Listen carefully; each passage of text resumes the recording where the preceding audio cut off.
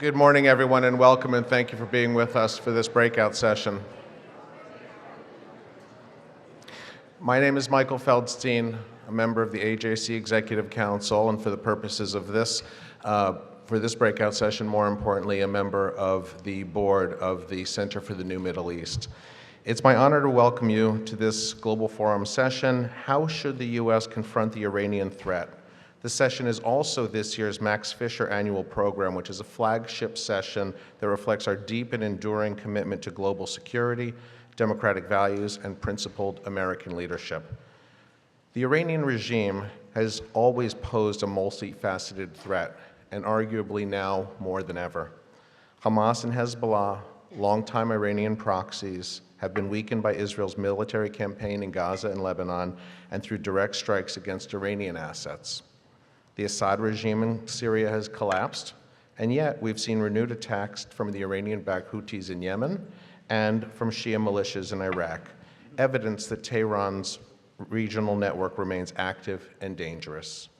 More concerning, Iran's nuclear program is no longer just a long-term threat.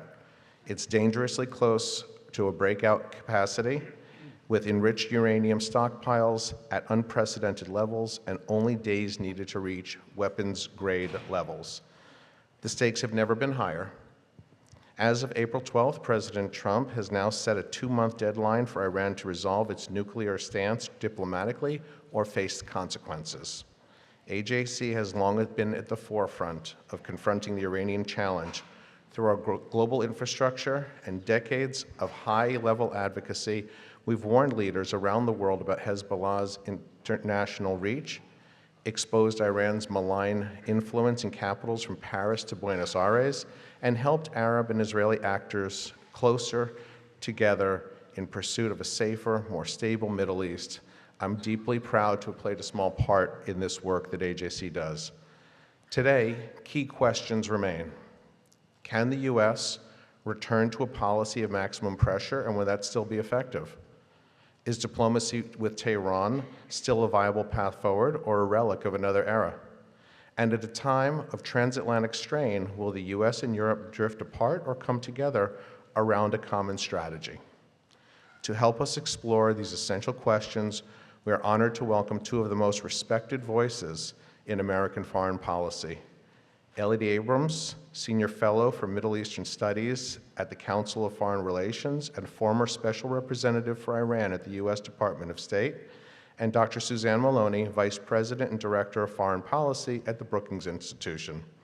Moderating today's discussion is Jason Isaacson, AJC's Chief Policy and Political Affairs Officer. Jason, the floor is yours, and fortunately, not for another great debate. Thank you very much, Michael, and good morning, everybody. This is not a debate. It really will be, I hope, a search for understanding and a search for truth, and I can't imagine two more able facilitators in this search that we're all undergoing. So let me just start with just building on Michael's opening. 3 months into the second Trump administration, talks are underway with the stated purpose of denying the Iranian regime nuclear weapons capability in return for a lifting of U.S. sanctions. At least that's what appears to be underway. The administration has sent mixed signals on the full extent of its objectives in the 3 rounds of negotiations that began 2 weeks ago in Oman, perhaps to keep its adversary off balance or to keep expectations from climbing to unrealistic heights. The U.S. may be pursuing a wider deal, choking the regime's further development of ballistic missiles and its support for a network of terrorist proxies, in addition to the so-called full dismantlement of Iran's sophisticated uranium enrichment capacity and the elimination of its enriched uranium stockpile. Or Washington may be limiting its aims to allowing but sharply limiting uranium enrichment enforced by a robust international inspection regime. We've heard conflicting signals, as you know. So let's begin by asking our experts what they make of the current administration's approach in these talks with Iran, its objectives, its chances of success, the degree to which other interested parties, particularly Israel, are being consulted and are concurring with Washington, and the format that is being followed. And I think, Elliott, I'll begin with you. Thank you. And thank you all for, I should say, inviting me here today and being here with them. I fear to say that you'll find us in agreement on too many things, so it won't be like last night. In the first term, Trump pursued the so-called maximum pressure campaign.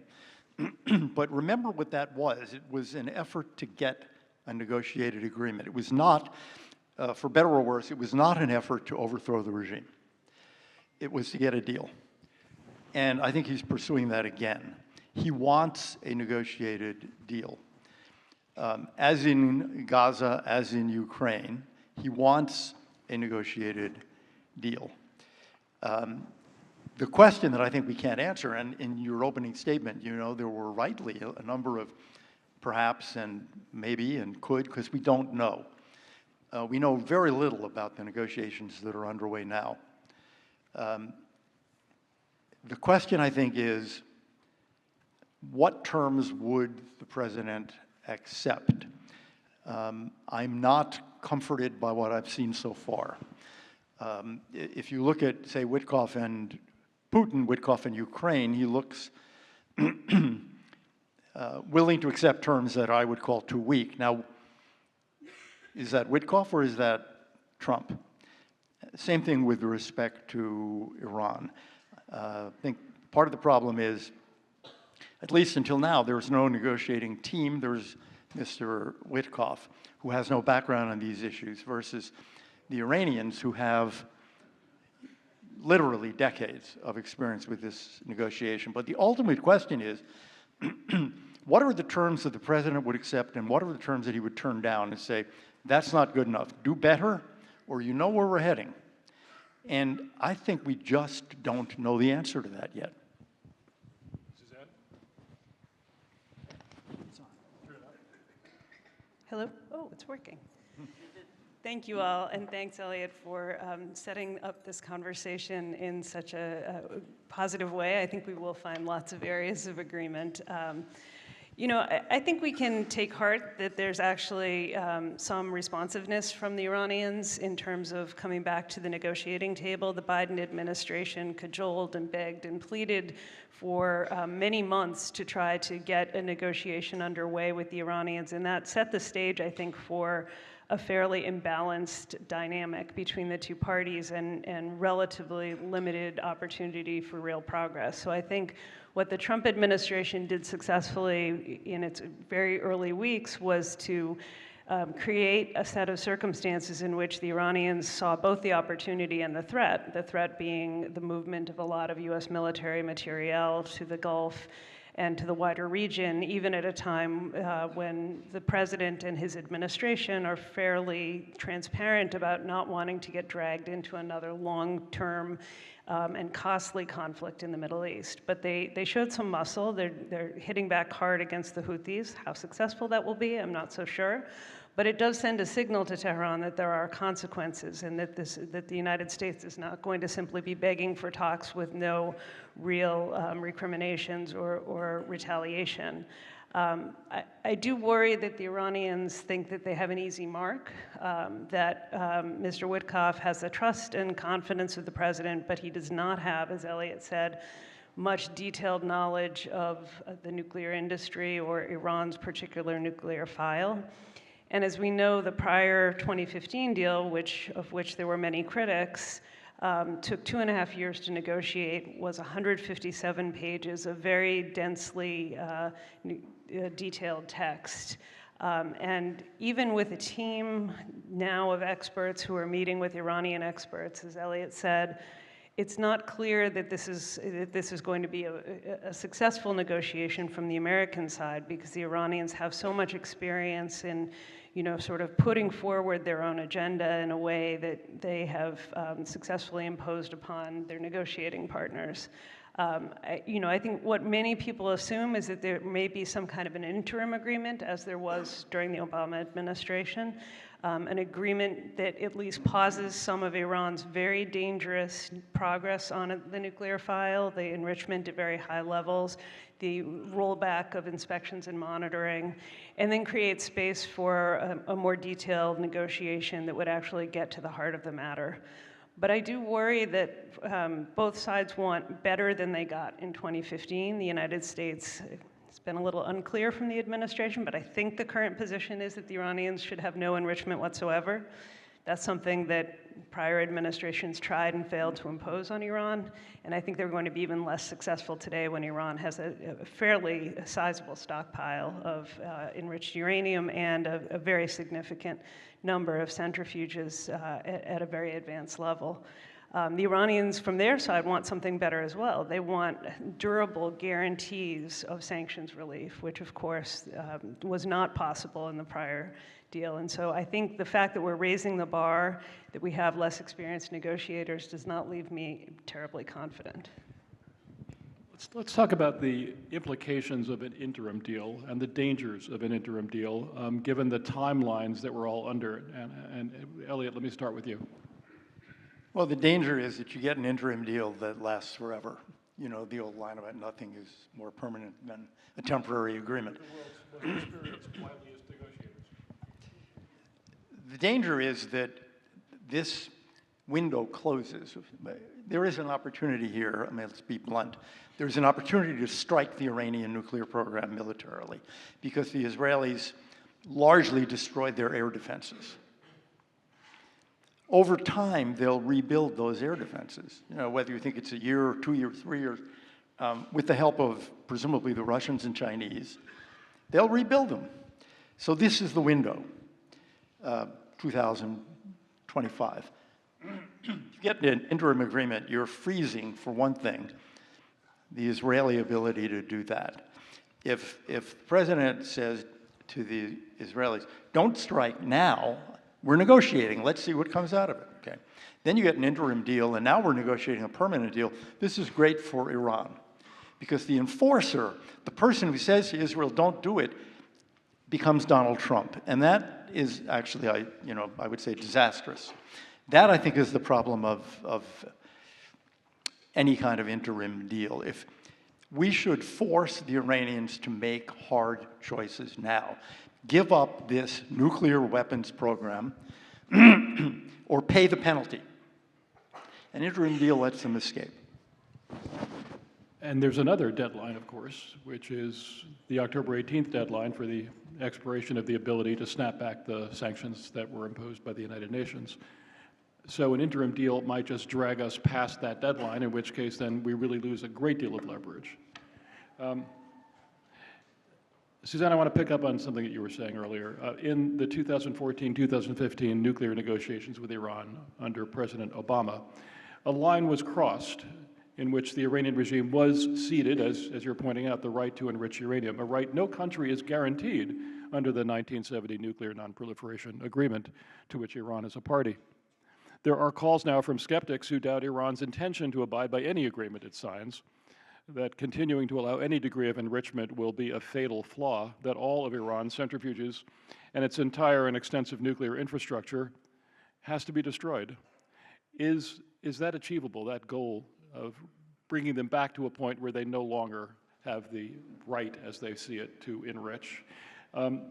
Given the fact that the machinery can more easily be destroyed than the knowledge in the minds of Iranian nuclear scientists and engineers, is it even enduringly effective to carry out so-called full dismantlement? I think it would be a tremendous challenge. The Iranian program is highly advanced, and it has made enormous strides since President Trump walked away from the agreement in 2018. We don't know what we don't know about the program in terms of the centrifuge production and deployment, and to what extent Iran has been able to build up more of a secret program than we are fully aware of because of the lack of the fully comprehensive inspections and verification by the International Atomic Energy Agency since 2019. And I think that this has always been the conundrum from the first disclosures of the Iranian program 23 years ago till today. The original intent during the first Bush administration was to try to persuade the Iranians to forego enrichment entirely. And they agreed to do that for a short period of time. But since 2005, they've been completely unwilling to do that. And I think it's a question both for the negotiators, but also for those who might consider a military strike, to what extent we can be confident that any efforts to push back Iran's program wouldn't simply result in a race toward a bomb, that the price that they have paid over these 2 decades for this program demonstrates the commitment that they have and also the investment that they have made in something that they consider, the regime's leadership considers existential for the country and for their continuing hold on the country. And so I think that, it's going to be very difficult to achieve a full denuclearization of Iran at the negotiating table. I think it may be very difficult to do that even through strikes as well. I think this shows the fraudulence of the Iranian position. I think you're exactly right. But, what are they doing? They're building a nuclear weapon. No country has ever enriched uranium to 60% and not gone on to build a weapon. They don't need 60% or 40% or 10% enrichment for nuclear power purposes. So what are they doing? Their so-called space program is a missile program, trying to figure out a delivery system. So I think we know what they're doing. Now, whether they're going to stop at that proverbial, turn of the screwdriver at the threshold because they don't want to get bombed by the United States, or whether they're going to go the whole way, we don't know. And I don't think of this situation. The Iranian nuclear program has just been hit by the United States. And the supreme leader says, okay, so much for the fatwa. Now I'm the so-called fatwa. Now we're going for a nuclear weapon. Well, first of all, they don't have the right to do that. They have agreed under various guises not to do that, but they would say, well, now we've been attacked. Suppose that the United States then says, 5 presidents have said, you're not going to get a nuclear weapon. Is that credible? That we have just bombed. It sure is credible. The old Ed Koch line, mug them again. If they say we're going to now race to build a bomb, I'm confident that under those circumstances, the president would say, well, then you're going to get hit again. You're not going to get a nuclear weapon. So I think the debate in the administration, if these negotiations don't go well, will be over the question of what does a strike mean. And by that I mean, is the analogy here Soleimani? Okay, it's not one strike, but it's a couple of days.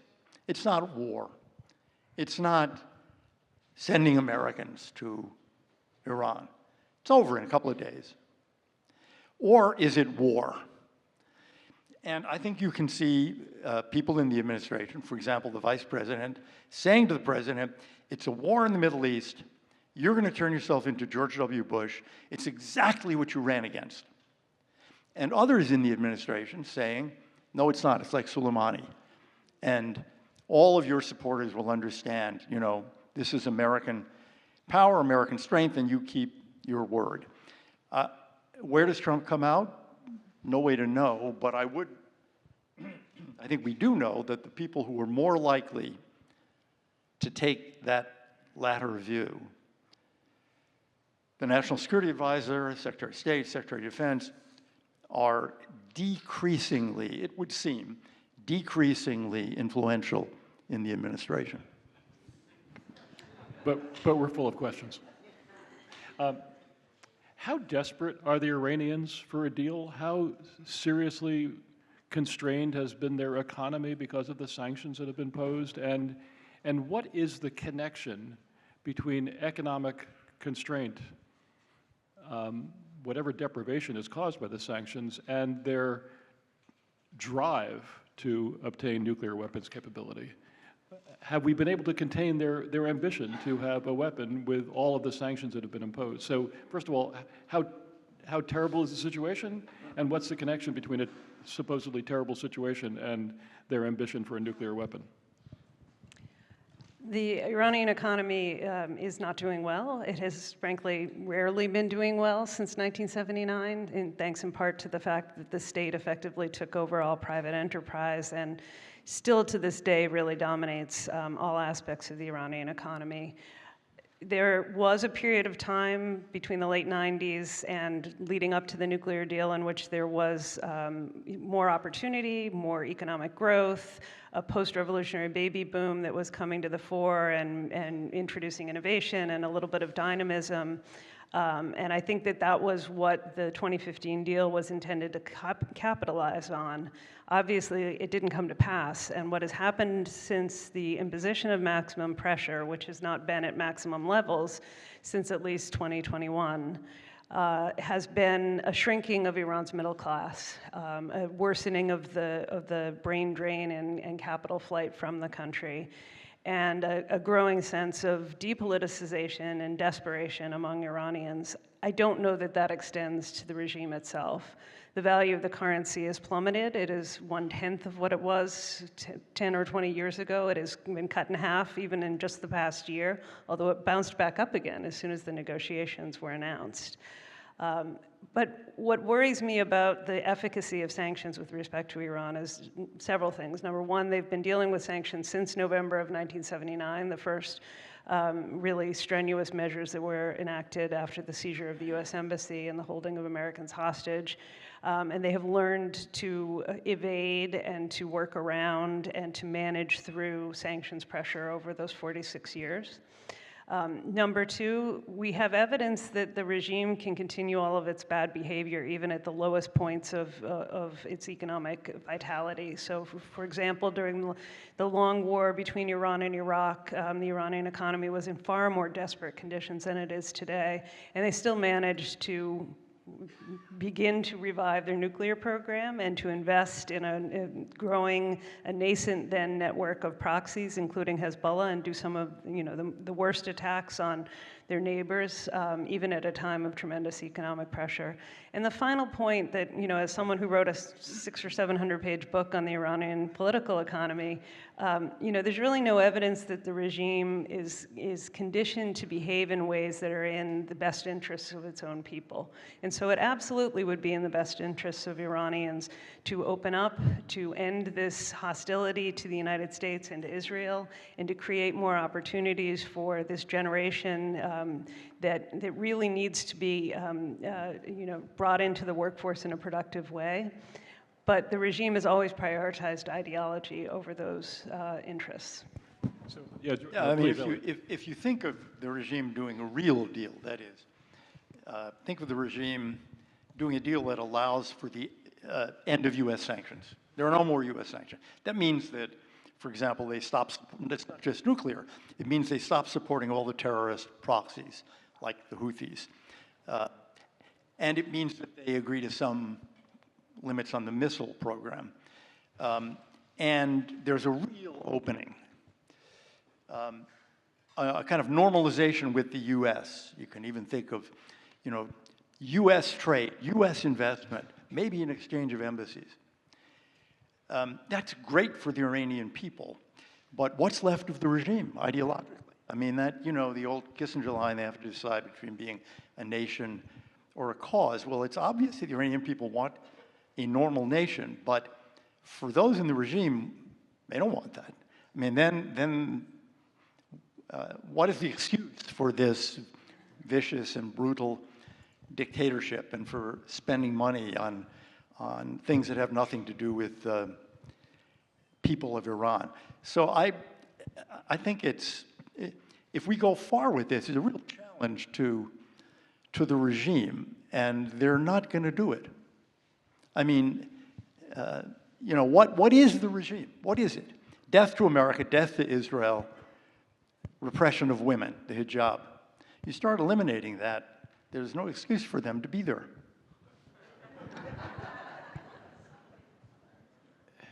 Your comments really provoked some thoughts, Suzanne, both of you actually. But Suzanne, based on what you were saying earlier about essentially Iran being able to eat sand while sanctions are imposed and continue on their drive for weapons capability and everything else, missile program, proxies. Is even the concept of maximum pressure just futile? I think maximum pressure would be difficult to reimpose, although we've seen some incremental progress since the Trump administration came back into office. But fundamentally, what happened in 2018 when President Trump first left the deal was very much a condition of uncertainty around the wider international community. So I think the Iranians anticipated that the Europeans would continue to do business with them because they opposed the president's decision at that time. What they didn't appreciate was that the way that the sanctions are constructed relies on compliance by financial institutions, and effectively there were no European banks that were going to countenance being exposed to American sanctions if they did business with Iran. And so the Europeans couldn't do business with them. But there were other parties, particularly the Chinese, that stood back and actually ended their importation temporarily of Iranian oil because they weren't entirely sure how this would play out. And so they watched and they waited. And then toward the very last days of the first Trump administration, they began to ramp up their oil imports, mainly through small refiners that weren't exposed to the US financial system. And what they've done since that time is really provide a lifeline to the Iranian economy by importing the vast majority of somewhere between 1.5 to 2 million barrels a day that Iran exports today. That is what has enabled the Iranians to stay afloat. And I see no evidence that the Chinese are prepared to adhere to American sanctions, to voluntarily ramp down their imports. And I also see very little efficacy of American sanctions because so much of the Chinese economy now is already beginning to decouple from the American economy. And so I think, we just don't have the ability to impose maximum pressure on those third parties. And it is those third-party countries, particularly Russia, China, but also Russia, that have managed to enable Iran to sustain itself. I'm a little more optimistic about it, and the reason is that you have snapback. If the American position to the Europeans were, please do snapback, there are a lot of countries in Europe, for example, that will abide by the UN sanctions. So that escape route would be gone. And there are other countries, countries like Japan, South Korea, that would not violate the UN sanctions. China would, again, through these so-called tin pot refineries and all, but if you've got the UN sanctions back on, UN sanctions that China and Russia are theoretically abiding by, it does hurt the Iranians, who are now giving 95% of their oil to China. They got to sell at a big discount. And the Chinese are going to say, we have you over a barrel, we are your only customer, nobody wants to touch you.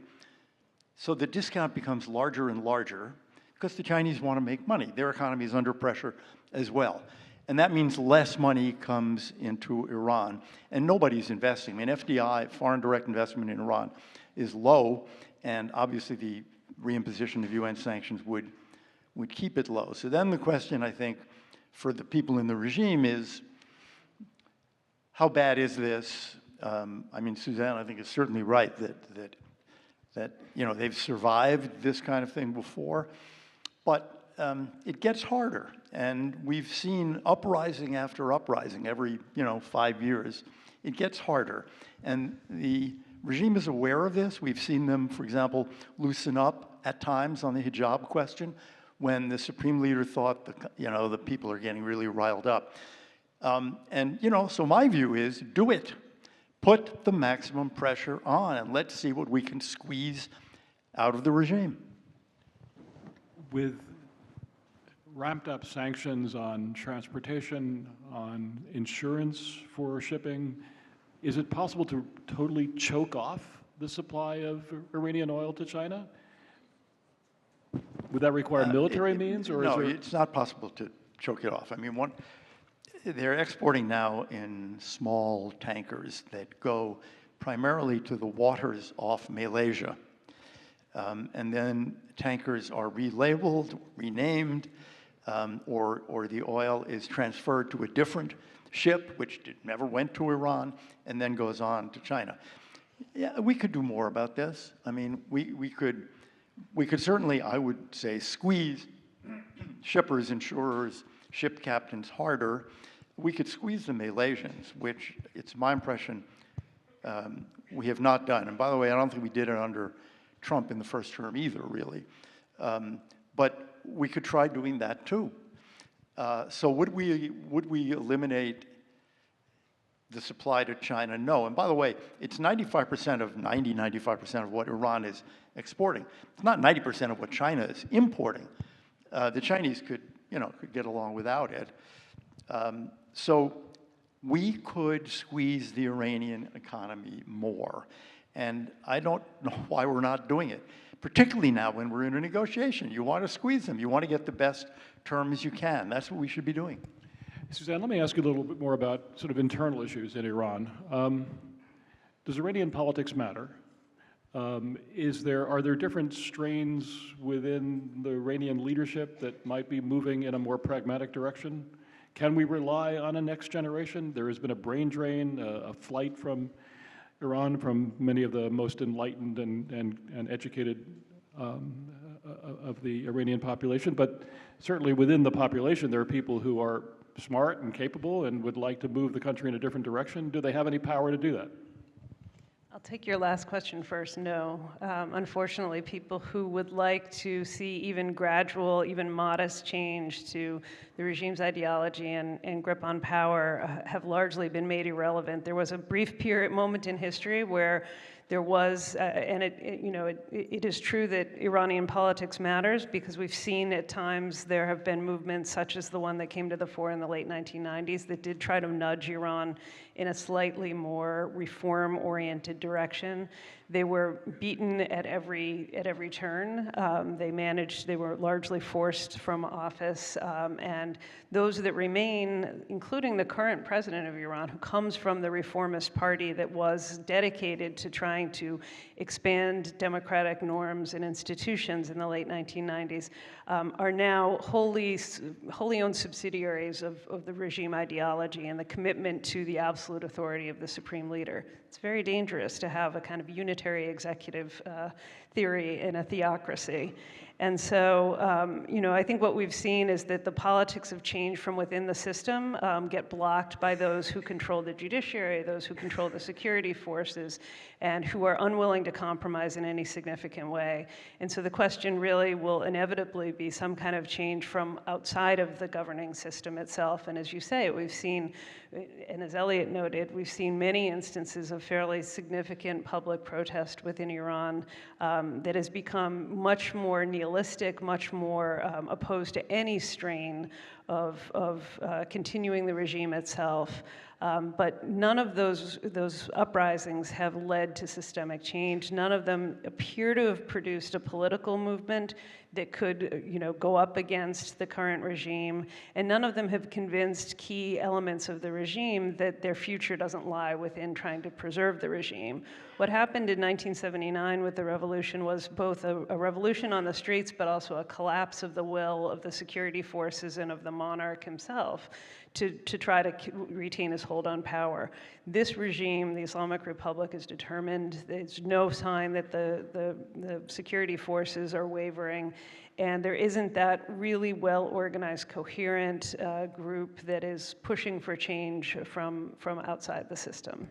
Elliott, in the first Trump administration, there was talk, certainly within the administration, but outside the administration, about ways in which the United States could play a more active role in kind of encourage regime change, if we can put it very bluntly.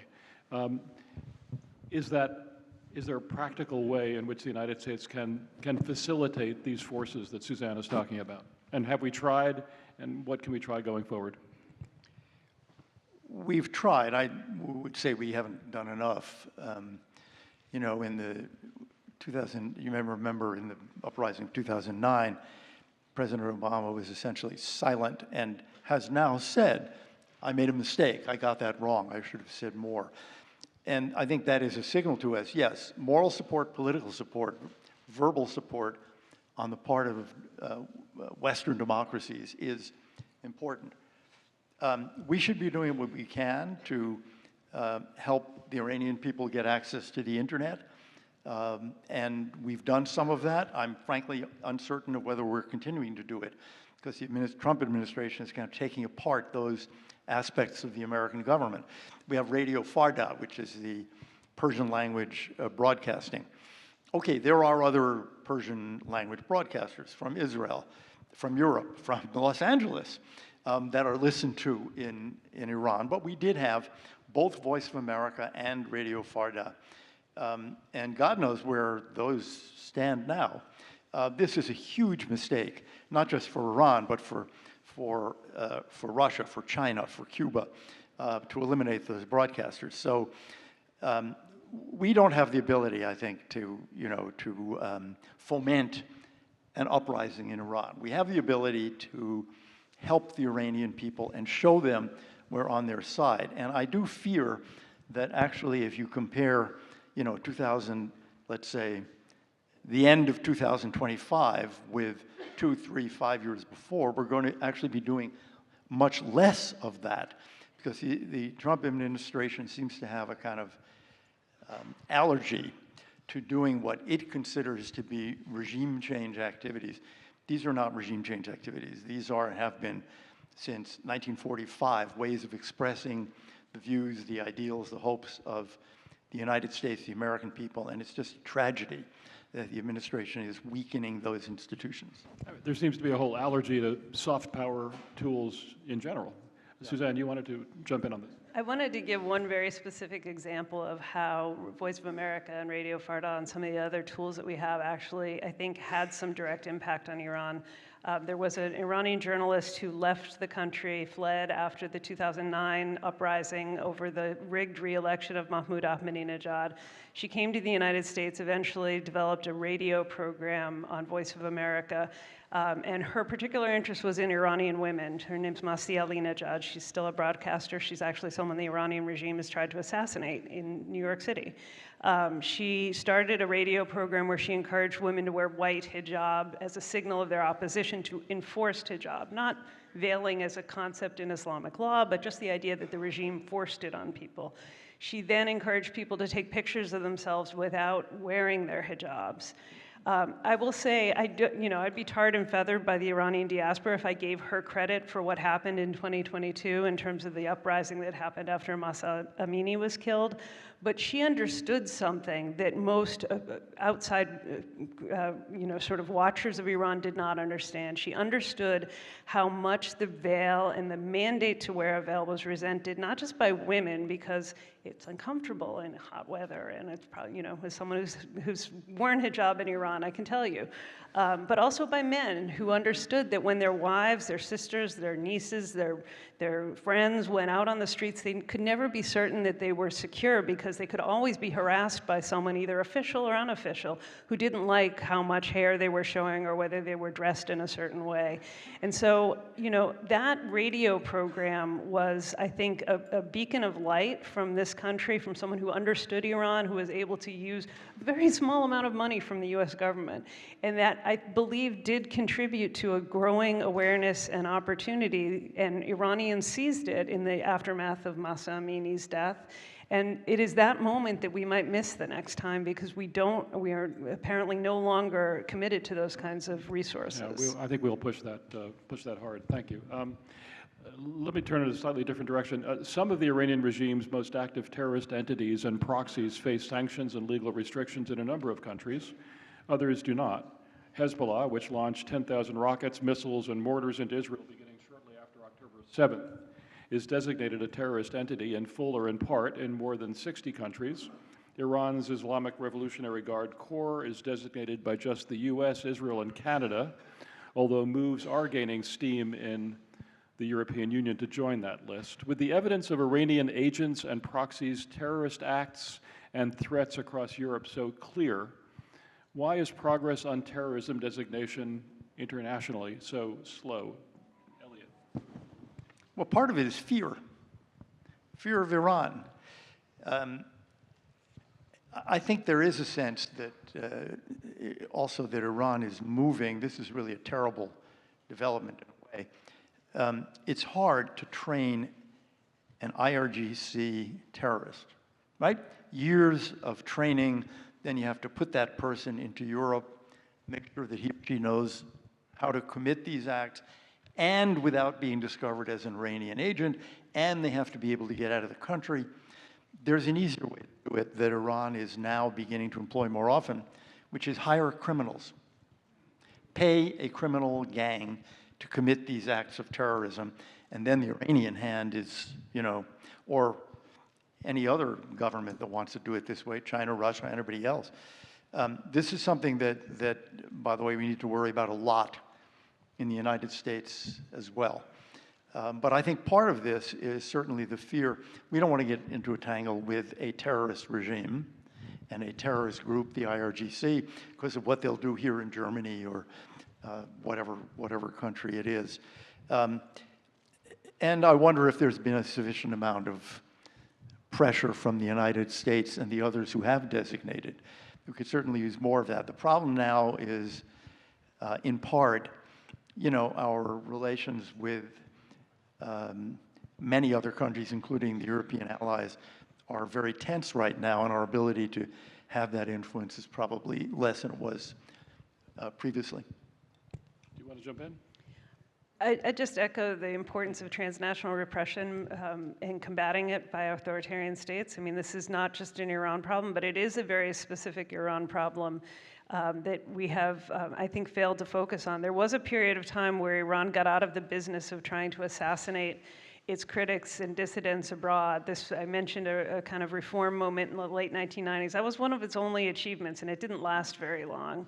The regime went back to that kind of activity with threats against foreign diplomats in Washington, with threats against dissidents, with threats against US government officials, including President Trump and those who served in his first administration. That's a really insidious and dangerous tactic to deploy, and whether they're using their own people or whether they're using third country nationals, I think it's something that we have to be more alert to, both with respect to Iran, but also China, Russia, and other really dangerous states. If I just say, they haven't really paid a price for all of what Suzanne is saying. I mean, they've done this. I think you could say Putin hasn't really paid enough of a price either for his assassination attempts and assassinations. It's amazing if you think about it, right? Assassination plots against the Secretary of State, Mike Pompeo, against the president. I mean, I would have thought, we just send a message to the Iranians. If any people are killed, you, the Supreme Leader, you're a dead man walking. You're gone. I don't think we've sent that message. I've got lots more questions, but I suspect that there are some questions in the audience. I'm going to ask one more now, but formulate your additional questions as well. I want to go back to Snapback, which you referred to earlier. Any party of the 2015 Iran nuclear deal has until October 18th of this year to trigger the reimposition of UN sanctions on Iran that were lifted following the deal's implementation. And there are indications that France, Germany, and the UK, and I believe even President Macron said something to this effect just in the last 24 or 48 hours, those three countries are inclined to take that step, we understand, referred to as Snapback, in light of Iran's serial violations of the deal's limits on its nuclear program and Iran's strict restrictions of effective international monitoring of its nuclear program. What will be the fallout of Snapback, and how do you expect Iran will react? Elliott, begin with you. Well, I don't think they'll do it if the United States asks them not to do it. That's the thing to worry about. I do think they're inclined to do it. President Macron said it. I don't think there'd be any problem getting the new German chancellor or the British prime minister to do it. If it's the position of the United States that, for example, this would help us. This would help in the negotiations, if there are negotiations by then. And the window is closing. It's May, June. You really want to do this by July. You've got maybe 10 weeks to get this done. The interesting question, I think, is what would be the Chinese and Russian reaction? It's clearly legitimate for Britain, France, Germany to do this as parties. And it can't be vetoed. It can't be vetoed. The setup is it instantly goes back into effect. And it's binding on everybody, including Russia and China. So do they try to weasel out of it, or do they say they'll comply but cheat, which is more likely, I think. But it will have an impact on the Iranian economy. It will close off the possibility of eliminating sanctions except through a negotiated deal with the U.S. I mean, does it make the Iranians say, God damn you guys, I'm leaving these negotiations? Or do they say, we have to be back in negotiations? How do you read that? I don't read it as, it puts, it squeezes them, and it seems to me that it makes it more likely that they want a deal. Now, if there is no deal, if, let's say, June 15th, the United States says, okay, negotiations have failed, we're out, we're done, this is a joke. The Iranians are playing for time. We want to see snapback. British, French, Germans do it.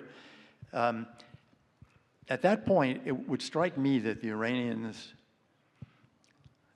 going through whoever, the Qataris, the Swiss, start putting out feelers for a new round of negotiations, because what they see around the corner is an American strike or an Israeli strike with American support. What do you think, Suzanne? Well, I think, a couple of things. One is the position of the Europeans really reflects a sense of frustration, frankly, with the Biden administration, and the sense that the Biden administration was turning a blind eye to the, increasing stockpile that Iran was building, the other elements of its program that had gone far beyond what was required under the deal. And of course, the Biden administration had been trying to negotiate a successor deal, and then when that became obviously impossible, they decided to try to negotiate a de-escalation with Iran. And this, I think, underscores how complex the Iran challenge is and how difficult it is to try to solve one piece of it in isolation, because they did get a de-escalation from Iran over the course of 2023.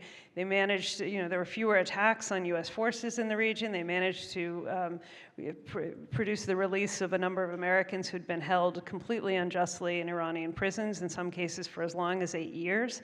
But of course, they also did not manage to prevent Iran from continuing to fund Hezbollah and Hamas, and the consequences or the limitations of de-escalation were horrifically obvious on October 7th. So the Europeans have been frustrated, I think, with the American focus on the terms of the deal and trying to get back to some kind of real constraints on Iran's nuclear program.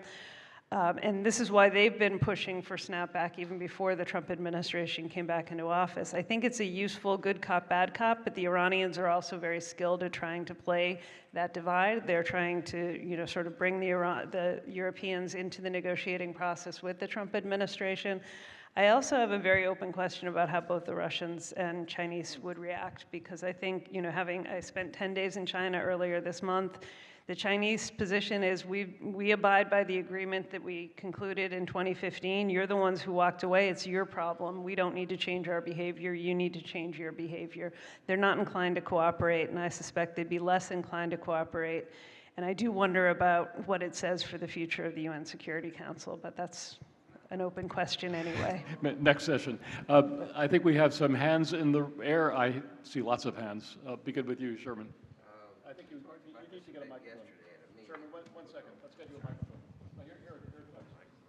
No, Here it is. You can't take mine. Right. We discussed this briefly at the meeting yesterday, and I had two thoughts. One is, I think Iran can out-negotiate us by a mile. They want to have, and it's been agreed to, that they can have peaceful nuclear development, but they don't want the bomb. Well, the best way to make the bomb is not by enriching uranium. The best way is to make nuclear reactors that can create plutonium, and then it's very easy and very fast to mass produce large numbers of nuclear bombs. So I think they've got a plan in mind, and nothing's going to stop them from getting a nuclear bomb other than a direct attack. Now, we've been accused that a direct attack would destabilize the Middle East. However, Israel, the only reason even people are talking to Iran now is Israel's attack on Hamas, Israel's attack on Hezbollah, Israel's attack on Iran, which was a daring attack that went against all advice, has actually stabilized the Middle East. And it's estimated that we have 2 months in which we really could take advantage of Iran's weakness and totally destroy their nuclear weapons and maybe also their ballistic missiles. So I don't understand why there's all this talk about talks and why we aren't planning a more effective combined attack between Israel and the United States to just once and for all destroy their nuclear program. Thank you, Sherman. Let's get a response to that before we go on to other questions. This may be a place where Elliott and I differ a little bit. I think one of the reasons why we should be concerned about the temptation to go for a strike on Iran's nuclear program is, as we've already said, it's not clear it would fully eradicate or permanently set back Iran's nuclear ambitions. Number two, we know the Iranians would retaliate. They would retaliate against our partners and allies across the region. They'd retaliate in ways that would have devastating impact on the global economy. And I think that the consequences of that would be quite profound for all of us. And the third is that they would inevitably push for nuclear weapons capability even faster. There would be, because we don't know what we don't know, there's likely that there would be both personnel and facilities that we would be incapable of eliminating. And we would have, as I think the Speaker of the Parliament said today, an absolute eruption of chaos across the Middle East. I don't think it would be a destabilizing outcome.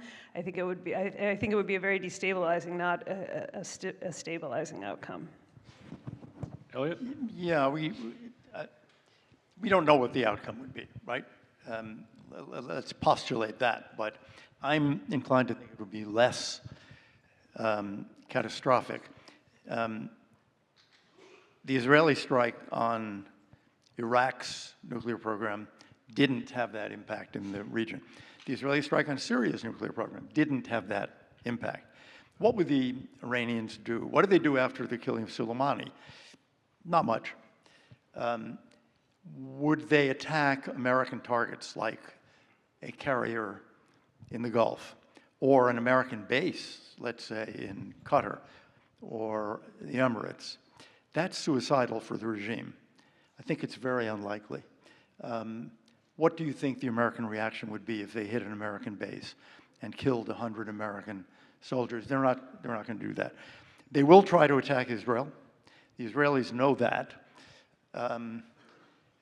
And some missiles or drones are likely to get through. The ability to hit 100% of them, knock them down, is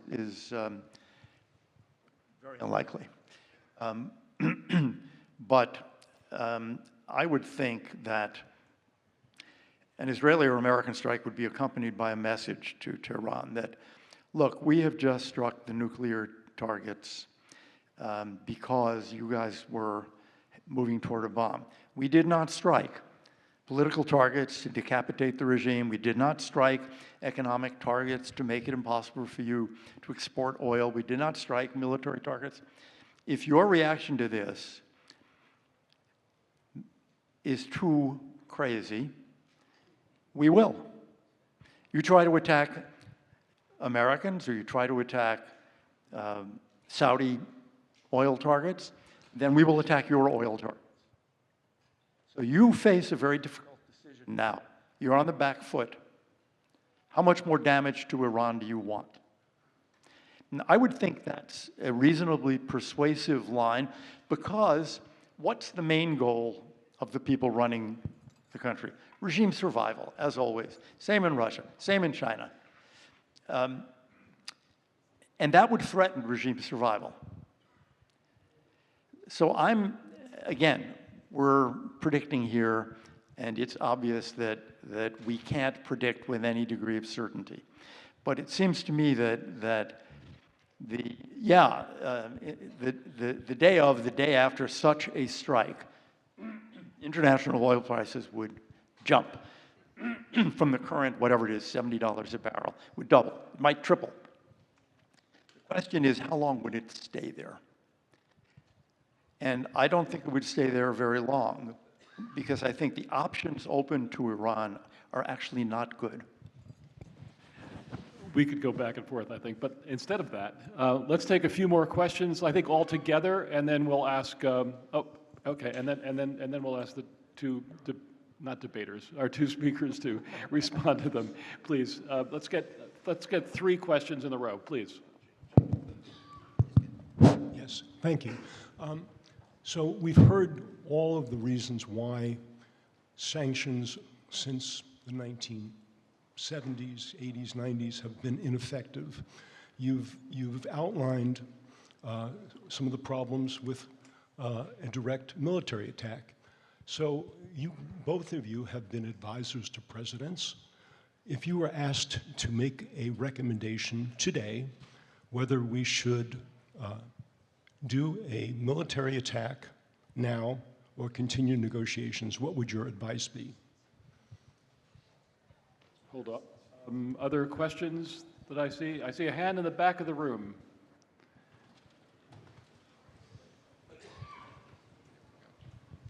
So on the note of Iranian-United States deals, as I'm sure many of us are aware of, in 2023, the Biden administration facilitated a deal in which 5 United States American hostages were released in exchange for 5 Iranian prisoners and the unfreezing of $6 billion in assets. A lot of people have criticized that sets a bad precedent for future deals.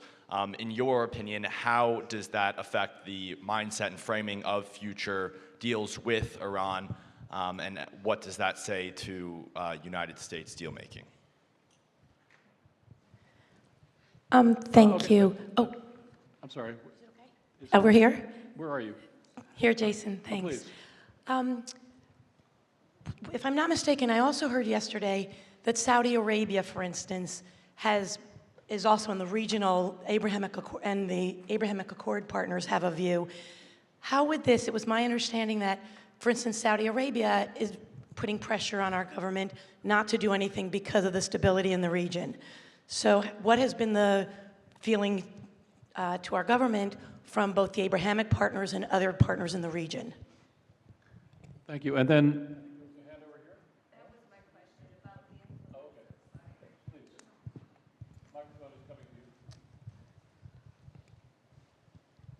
thank you. I just wanted to follow up on what you were just saying in terms of the reaction from Iran if there was a strike.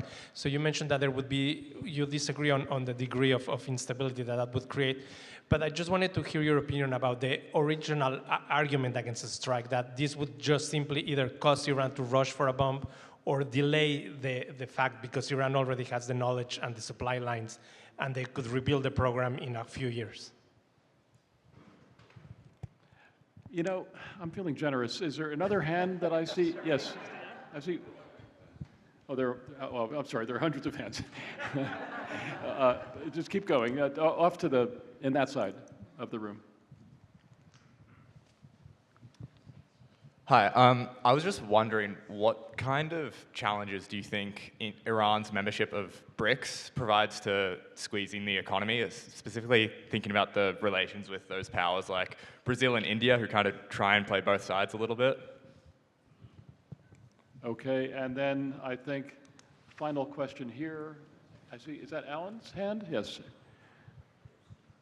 Second row, yeah. I hope you guys are taking notes because they're coming thick and fast here. Okay. I toured Iran for about 2 weeks, about 13 years ago.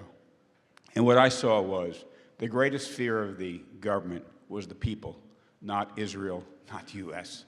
And we keep on, administration after administration, we put regime change off to the side and we say we're not going to do that. But that's truly what their government's afraid of. And it seems like there's a lot more we could do in that area.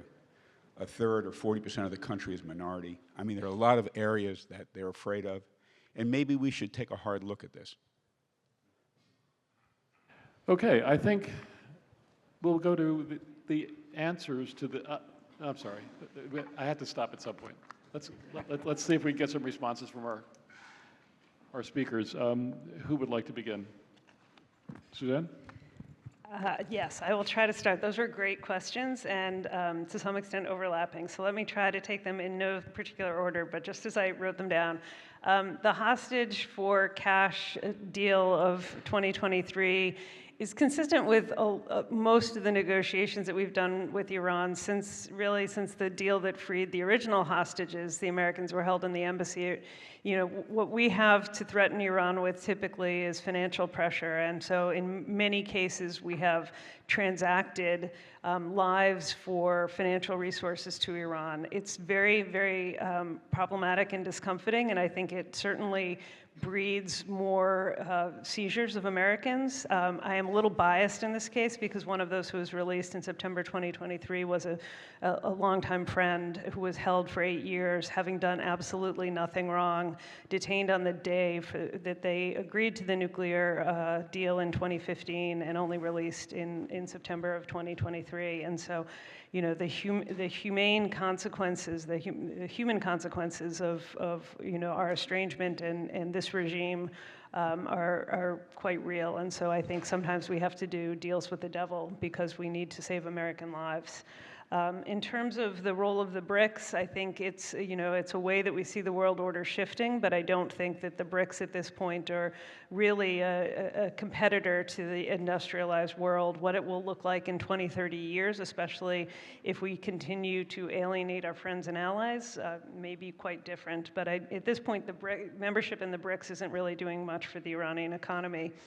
The Saudis, in particular, have made it very clear that they're opposed to a strike on Iran. They're gambling on, you know, a transformation of their economy, which requires a peaceful region. It's one of the many reasons why they're very eager to have a different relationship with Israel and to normalize just as soon as they possibly can. But they believe that a strike would have severe regional consequences and make it impossible for them to affect this economic transformation, which is why you've seen these sort of dramatic moves, including the visit of the Saudi defense minister to Tehran on the eve of the talks with the United States. And I think that is a factor that we need to take into account. With respect to a strike, you know, sort of, there were a couple of questions about a strike and really the kind of pointed one about what I would advise if I were in a position to advise.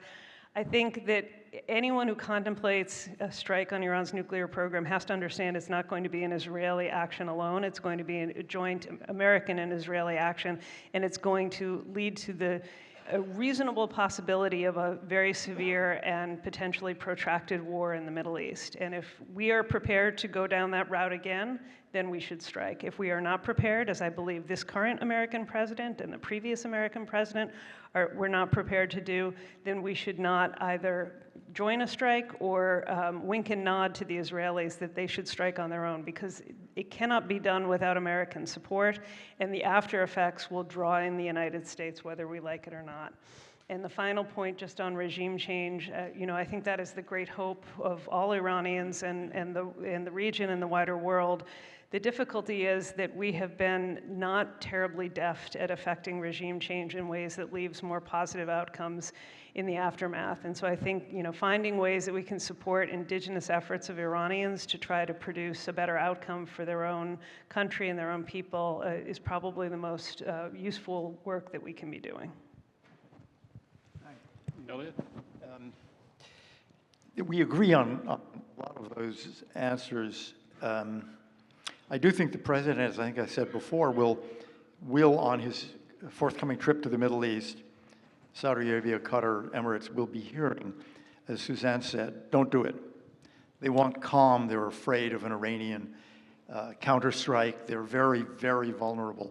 So he will be hearing that. I agree on the hostage thing. It's terrible. I mean, it's easy to say in the abstract, we should not do these deals. Because it's true that the lesson we teach Iran is, this is a great piece of your bizarre commerce, right? You take hostages, we pay for them. On the other hand, then you meet, it's what the Israelis are going through, and Suzanne and I have seen it on Iran, you meet with the families. And how do you say to them, yeah, well, you know, sorry for your pain, but, you know, there are larger issues here. You can't do that. And so we all keep paying. What would I say about a strike? Here, I'll just end with this. Here we disagree. I never used to suggests a strike, because what I used to say, particularly to Israelis, was I don't live in Tel Aviv. I live in Washington. Nobody's going to send missiles and bombs and drones to my house. The fear was Hezbollah.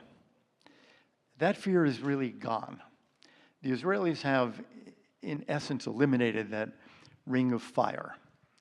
And the threat to them exists. There's no question that Iran will try, but it is a much diminished threat. I don't think that the aftermath is a Middle Eastern war. I don't think, because the Middle Eastern war, what? Jordan, which is now cracking down on the Muslim Brotherhood, Egypt, Lebanon, Syria? No, I don't think so. And I think it's true that if Israel strikes, the United States would be deeply involved in helping defend Israel, as we were a couple of years ago in the Biden administration. I don't see why it spreads and becomes a Middle Eastern war. I see the utility for Iran in trying to do that. But I think the United States can make plausible threats. Now remember, we're in the aftermath of a strike, and the United States is now saying, think about your response, because your response can destroy your economy and bring down the regime. Think twice. And I think the Iranians have shown in their reactions previously to Israel, to the killing of Soleimani, that go back to Reagan days when President Reagan largely destroyed their Navy, 1988, that they think about these things carefully and they think about regime survival. So again, with the caveat, once a military strike happens, you're predicting, but you can't be sure what will happen. It seems to me that there is an opportunity this year to change the Middle East by eliminating the Iranian nuclear program. Yes, it is true that the surviving scientists can rebuild. But remember, again, 5 presidents have said to them, you are doing this in vain. You're never going to get a nuclear program. We will strike if we have to prevent it. In the aftermath of a strike, that's an even more credible threat. And as we saw in the case of Iraq and Syria, it ended the nuclear program because they took the threat seriously. So it seems to me that, again, having in mind also Putin and Xi Jinping, that an American strike would actually reestablish the sense that the United States really does care about maintaining some form of rules in the international system and cannot be ignored. Elliott, thank you. Suzanne, thank you. This has been a fascinating discussion, and I think as enlightening as we were hoping it would be. I thank you for your patience with us and your